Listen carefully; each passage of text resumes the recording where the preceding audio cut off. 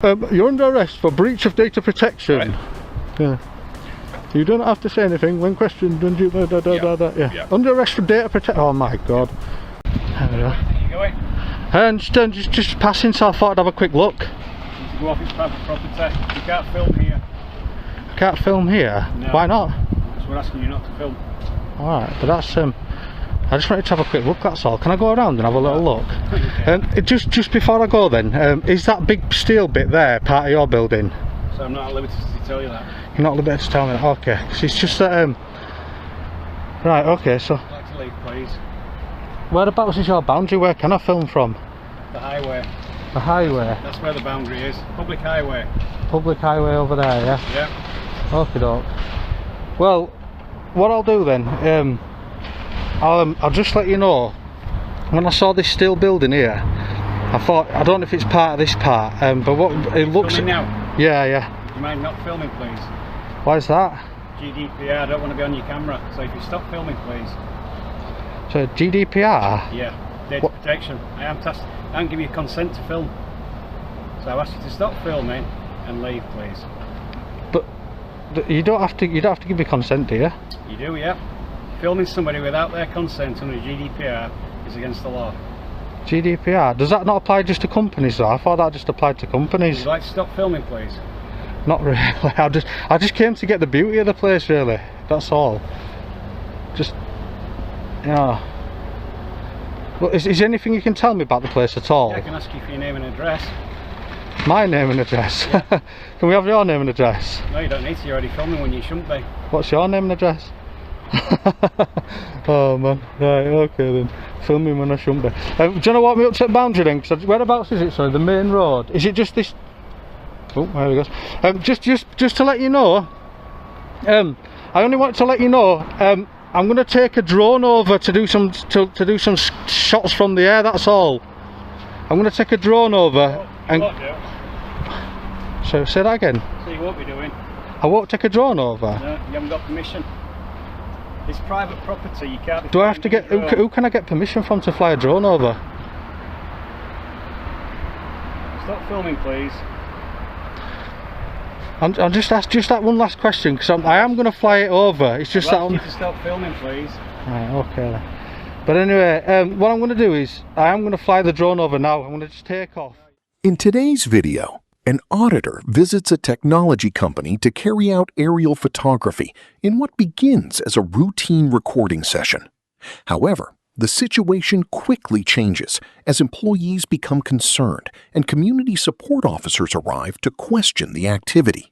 What starts as a simple interaction soon develops into a much broader discussion involving privacy, data protection, surveillance, and eventually an arrest. Throughout this breakdown, we'll examine how the encounter unfolded, compare the actions taken with the relevant legal principles, and explore whether the decisions made during the incident were supported by the law. Let's take a closer look at what happened. Right then guys, I think we're picking it back up because more or less immediately a guy's coming out now. What we'll do is we'll have a quick chat to him. We are on public land now, so there's no recourse.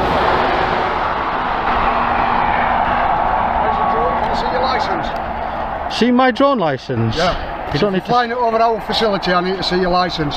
You don't need to see my licence. Why would you need to see my licence? Property, and we've got intellectual property on that facility. I'm about to take it over now. You're not taking it over. I'm definitely. Phone the police. Don't phone police. Come on, that's silly, isn't it? Just for a bit of drone footage. Yeah. Come on, don't be silly. Come on. Got two of them now. Stop filming as well. Come on, don't be like that. Come on. You've been asked politely 3 times. You're at 999 in that, are you? Oh, are you kidding? Ring 101, that'll take ages to 101, won't it? But so I'm going to take it off soon, but don't be like that, come on. Guys, I think he's phoning the police, that's crazy. We've got a gentleman filming with a drone. He's got no drone licence, he won't show me his drone licence, and he's flying over now. I've got no drone licence. This guy is like funny, isn't he? And he's actually filming us. It's Hotel X-Ray 5, 9 Juliet Road.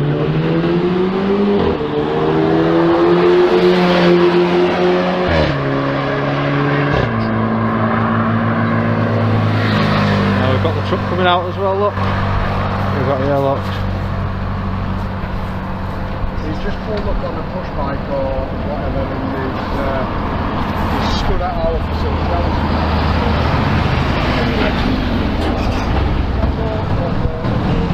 Let's see if the police set this guy straight. I think the police are going to tell him to go back to work. So, get back inside your property and go back to work. The situation takes a more serious turn when a staff member decides to contact emergency services. In general, the 999 emergency line is intended for situations where there is an immediate threat to life, a crime in progress, or another urgent incident requiring a rapid police response. Whether a particular call meets that threshold depends on the specific circumstances known at the time. If someone is simply recording from a public pavement and there are no clear signs of unlawful activity or an immediate risk, questions may arise about whether an emergency response is necessary. As police are dispatched, what began as a routine encounter develops into a more significant interaction, bringing greater attention to how both the public and authorities respond in situations involving lawful public photography. Filming me, and he's filming our facility, that's what I say.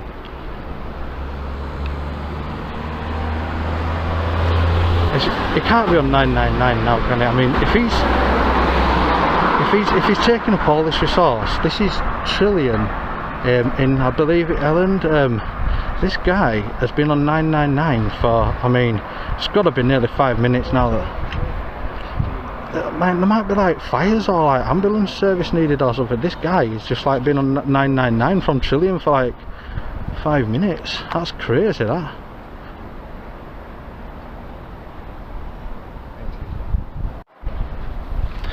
Still on the phone to 999. That is crazy, that, isn't it? 999 for a man with a Camry.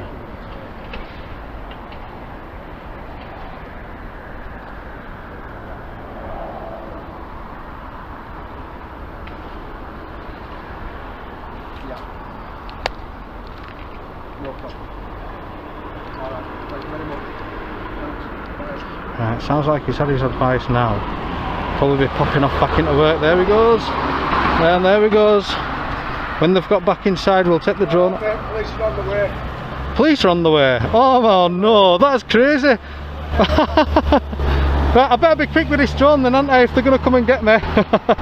Oh man. Well, what a response that was. This is Trillion. Or Trillium. And off he goes.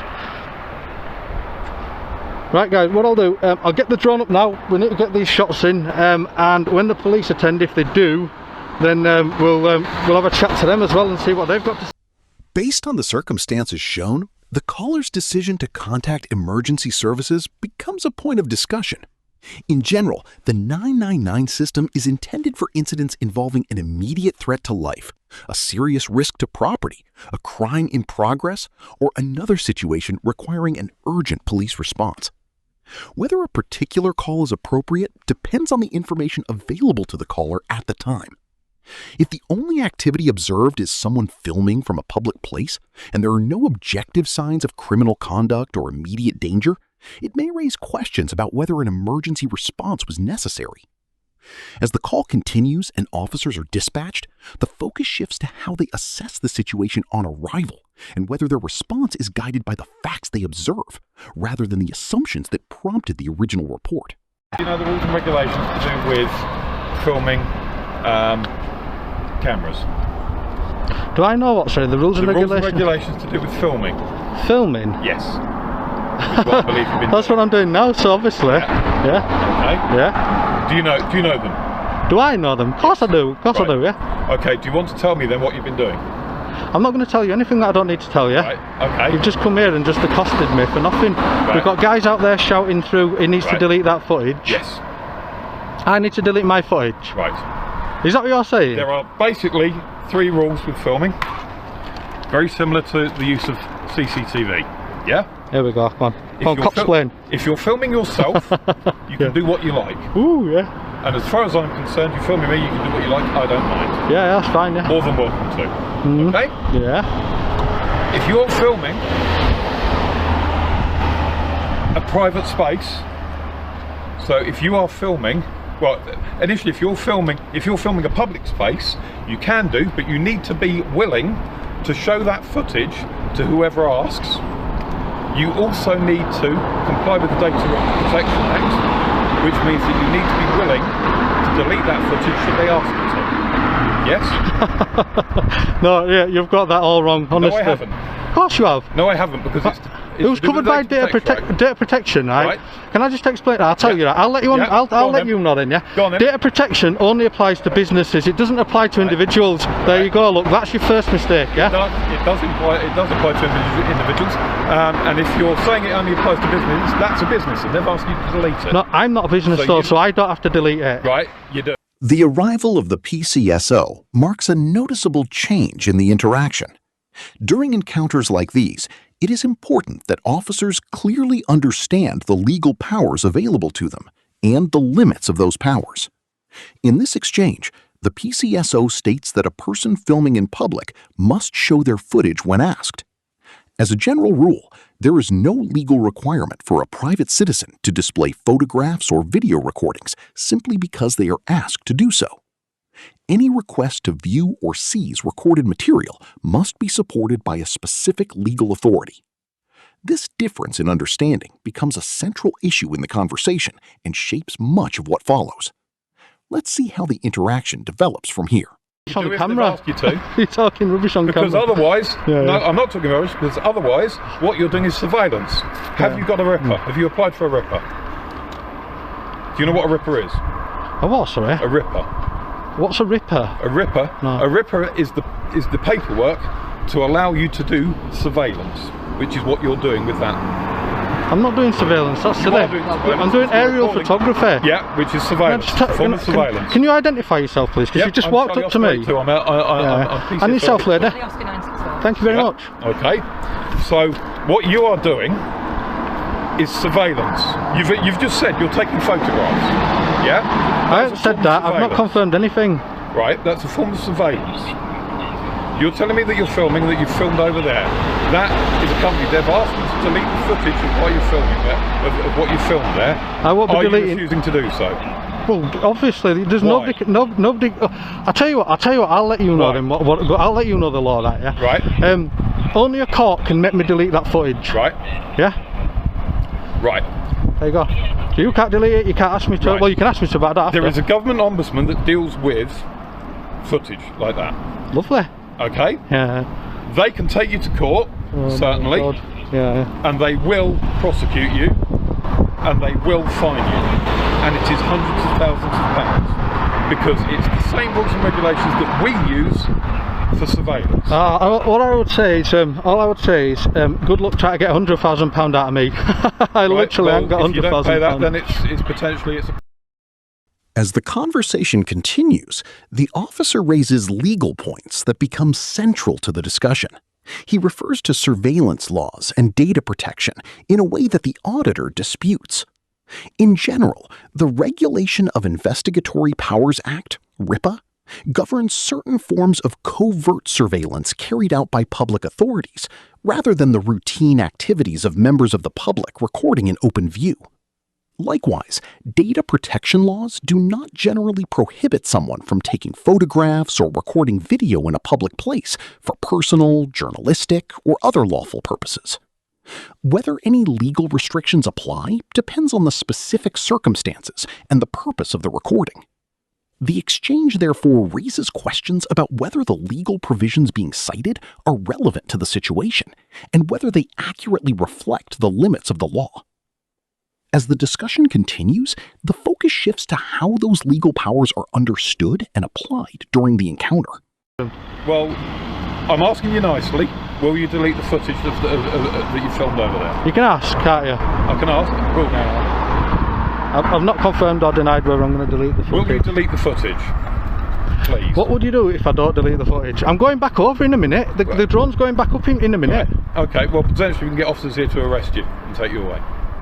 Arrest me for what? Go on, listen, right, what law? Breach of data protection. That's not. You're under arrest for breach of data protection. Right. Yeah. You don't have to say anything when questioned. And you yeah. Under arrest for data protection. Oh my God. Come on. What are them pink things on top of your radio? Anyway, I'm really interested in that. It's just an identifying marker. Nice. I'm really interested. Yeah, Charlie Oscar 82. I'm with the gentleman here now up on Huddersfield Road. I've spoken to him.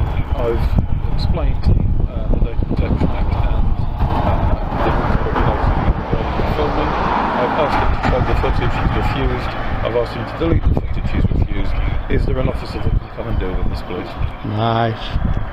This officer will come out and he'll say, "Let him do it," because I'm gonna fly over again in a minute. Honestly. I'm going to check that drone up, fly over again, because I haven't finished the footage. I only stopped because you guys turned up. Well, why are you filming? Why are you filming them in particular, can I ask, please? Coming past, saw it, thought it'd be a really interesting building. Right. And they've come out and asked you not to film? Yep. And why have you then carried on?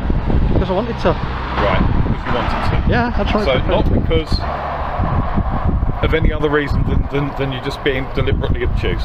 No, I'm not being deliberately obtuse. But you are. I'm not being deliberately obtuse at all. Well, I've explained to you the rules and regulations and how it works and what's expected of you, and the fact that you have responsibilities as someone who is filming, and you're refusing to abide by those.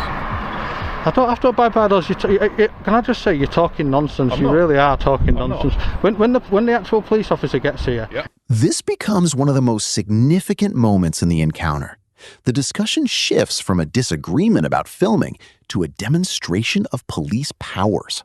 As a general principle, an arrest must be supported by a lawful basis, including reasonable grounds to suspect that a specific offense has been committed and that the arrest is necessary under the circumstances.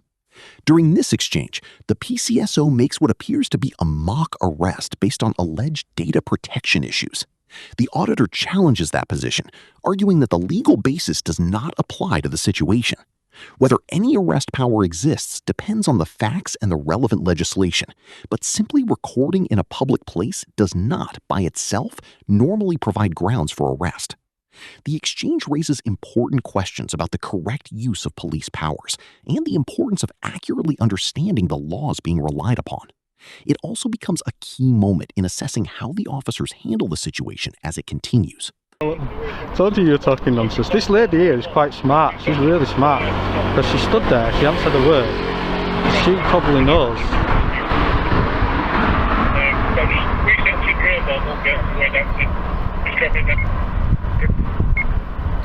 Yeah, not a problem. Well, I've explained to the gentleman about how it works with as far as him actually kind of filming and how it's impeding on other people's privacy, and how they've asked him to delete it, and that is technically an offence that he's committed there. Technically an offence that I committed. This guy. Yeah. So there we go, sir. Technically an offence. Well, it is. It is an offence. Are you going to go now so I can finish my drone footage? No, I'm not. You're not going to go? No, I'm not. No. You seem to be enjoying filming me, so. This is crazy. So, are you going to waste police time just by standing here? Yeah. Yeah, because you're intent on doing that, so. I'm not intent on wasting police time. I'd like you to go so I can finish my drone footage. Yeah. Well, I've asked you to delete the footage. I've asked you to show me the footage. You've refused both. Yeah, because I don't really want to. Right. And you've not even explained yourself as to why you don't want to. I just don't feel like it. You don't feel like it? Yeah. What did you have for breakfast this morning? Why did you have it? You know what I mean? Right. Okay. And as I say, you know, you don't feel like it. You're being completely obstructive. You know, I've been completely reasonable with you. I've spoken to you politely. Can I just explain to you the situation, right, from a high level point of view, right? Yep. Yeah. Yep. So go on then. I'm stood in a public place. Yep. This is a public place. Yeah. Yep. I'm filming from a public place. I'm flying my drone from a public place. I'm abiding by all the drone laws. Right. I'm abiding by all the filming laws. Right. You guys have come here telling me I'm committing an offence. Yep. And now you stood there and you won't leave. Right. And you've admitted that you're going to stand here wasting police time. Right. Okay. Crazy. As the encounter continues, the officers maintain their position despite the auditor's objections, making the legal issues an even greater focus of the interaction. Police officers and PCSOs are expected to explain legal powers accurately and apply them in a way that is consistent with the law. During this exchange, one PCSO tells a police constable that a technical offense has been committed, a conclusion the auditor disputes. Whether an offense has actually occurred depends on the relevant legislation and the specific facts of the incident. The conversation also turns to the officer's continued presence at the scene, raising questions about whether the response remained proportionate to the circumstances. The encounter ultimately highlights the importance of clear legal knowledge, accurate communication, and ensuring that police powers are exercised only where the law provides a proper basis. I don't have to and I don't want to. Right. I've got more footage to get yet. You know what I mean? I've literally got, I'm running out of time to get all this droned over. I've got some other places I need to get to. As far as it goes with the privacy laws and rules and regulations, if you film somebody and somebody asks you to then delete it, you have to be willing to at least show them with it and explain why you're not going to delete it, and explain to someone in authority. Under what law? That ends the conversation, doesn't it, really? Under what law? If you explain to me the laws that require me to do something, if you explain to me the law that requires me to do something, I will do it. But I know the law, so... This guy's back again now, look, having a little word with the lady. So, trying to get me into more trouble, probably. And look, listen, it's filming. She's been filming on our property. This is a bit more interesting now, but thank you for your attempt at explaining. That's okay, sir. I thought you were going to stay and talk to my colleague when he gets here anyway. I'm going to stay and talk to your colleague, yeah. Good. Yeah, because your colleague, right, has no power over me unless I'm committing a crime. Right. That's true. Like, he has no jurisdiction over me. Oh, hey up, here we go. And Van as well. What law are you going to arrest me under here? You've got to be really careful. This guy will probably know a bit more about it, won't he? Hopefully this guy will be a bit more reasonable. Okay, I've been perfectly reasonable with you. Hi there, how you doing, mate? I'm hoping you'll be a little bit more reasonable than these guys. These guys are trying to... As the discussion draws to a close, the PCSO continues to explain his interpretation of the law, but the auditor maintains his position.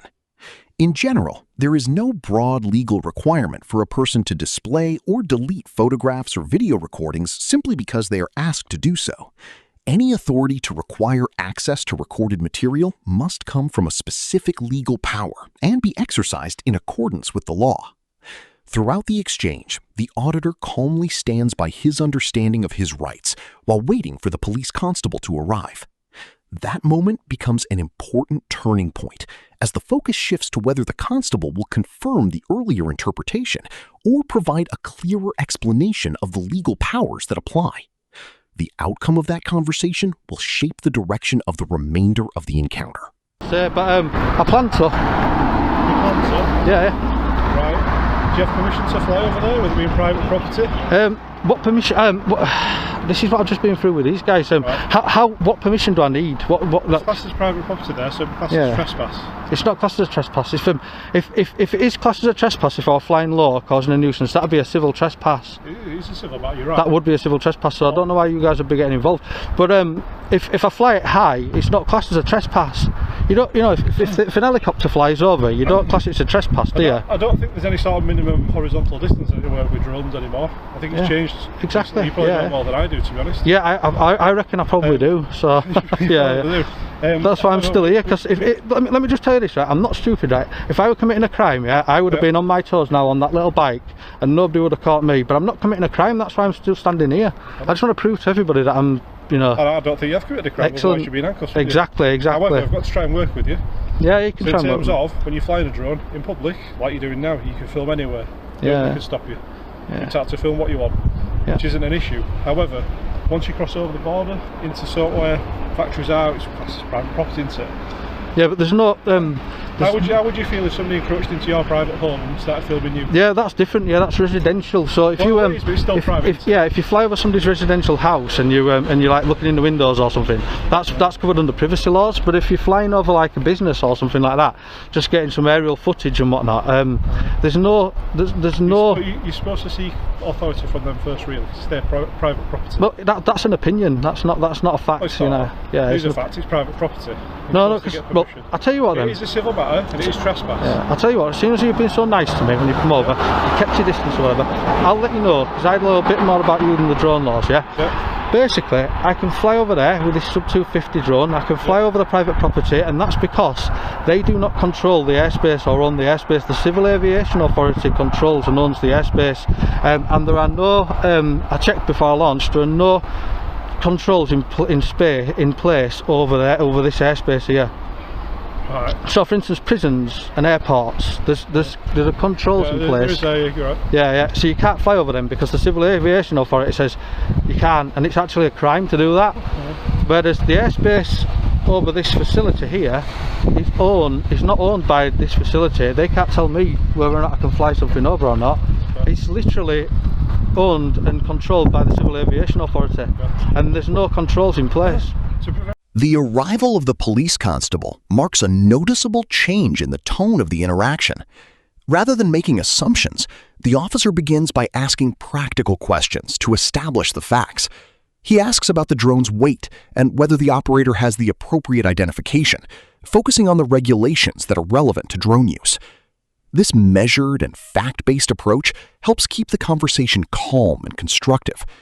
By gathering information before reaching conclusions, the constable demonstrates an approach centered on understanding the situation and applying the appropriate legal framework. The contrast with the earlier exchanges highlights the value of clear communication, professionalism, and resolving concerns through careful fact-finding rather than assumptions. I have got a little bit more. When these two arrived, I had to stop filming because I just wanted to have a quick chat with them just to make sure they weren't going to jump me out. They don't really do that. Yeah, I didn't think so. I just thought I'd just. Well, we're not those type of people. Yeah, good. That's really good. We've got a job to do. If somebody raises concerns, we've got to come and speak to and get to. Absolutely, yeah. What you'd be best off doing, just nipping in and just telling them what he's doing is completely legal. That's what I would tell him. I would literally, that would be your job today. You'd literally just go in and just say, look, I know you might not like it, but what he's doing is completely legal. We haven't got any jurisdiction. The guy's not committed a crime, so we don't have any power over him. Basically, I know. Yeah. I say I've not got an issue with you. Yeah. The only issue comes when you're flying it low, whatever else. Yeah. I mean, as far as I understood it, if it's private property, you're not allowed to fly over unless you've got permission. Yeah, I think you've got a bit of a better attitude than these two PCSOs. Are these PCSOs here? I think. I think they're just a bit. I don't know, telling me things about things that I can or can't do. I'll suggest in future, if you are going to look at doing stuff like this, I can't see an issue with it. As long as you speak to the people first, and it avoids an issue. Yeah, I did, and I think. Who did you speak to from there? The guy that just came out. Basically, what I did is. Did you speak to him beforehand, or? Yeah, I spoke to him before I took off. So I went. I literally parked up, got my bike parked up, filmed the sign over there. He came out. The other guy, another guy came out. That guy came out with him, straight over to me. What you doing? What you doing? I said, I'm filming. He said, you can't film. I said, I can. So anyway, what I did is I came off onto the public land, took my drone off. He says, I've come over, I've called police. I says, oh, you haven't wasted police time, have you? He 999'd it. He were on phone 999 for 5 minutes. A lot of people get upset by it. I know, but that doesn't mean you can. It definitely sounds for a lot of people it is an invasion of privacy, isn't it? Because they're doing the job, they don't want to be bothered by stuff like that. Well, yeah, that's their opinion, isn't it? That's their feeling as well, isn't it? So it's just it depends what you can do under law, doesn't it? Basically, I follow the law. So if they want to pursue you for the civil side of it, for trespass or whatever else, I don't know where you've been before we got here. I'll advise them they can do that. As far as criminal offences go, I can't see any, so you won't be detained or arrested by us or anything. Oh, that's excellent. All I do is speak to you and just say, look, avoid issues, right? Speak to people first. Excellent, yeah. Not upsetting them and causing issues where we get caught. Excellent. Well, it looks like you've diffused the situation here, the police situation. They were getting a little bit. I was getting a little bit worried that you were going when you came in van as well, because when they come in car, it's not so bad, but when you pull up in a van, that means you know, you've a potential to be in back of that, haven't you? If it comes, that turns up. That's just what we're trying to do, unfortunately. Yeah. I prefer to be in car. Excellent. Right, are you getting on your bike now? What began as a routine photography request ultimately developed into a lengthy police interaction before being resolved. As the encounter progressed, the police constable's calm, fact-based approach helped bring the situation to a constructive conclusion. The incident also highlights several broader points. First, filming and photography in public places are generally lawful, although specific circumstances or restricted locations may be subject to different rules. Second, different police roles have different legal powers and responsibilities, making it important that those powers are understood and applied accurately. Third, emergency services are intended for genuine, urgent situations, and using the 999 system appropriately helps ensure that resources remain available for those who need them most.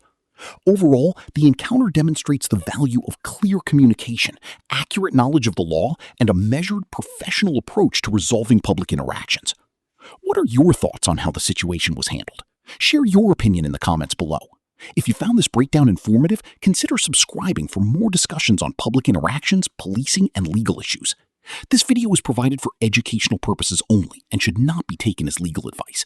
Always check the laws and guidance that apply in your jurisdiction. Thanks for watching, and see you next time.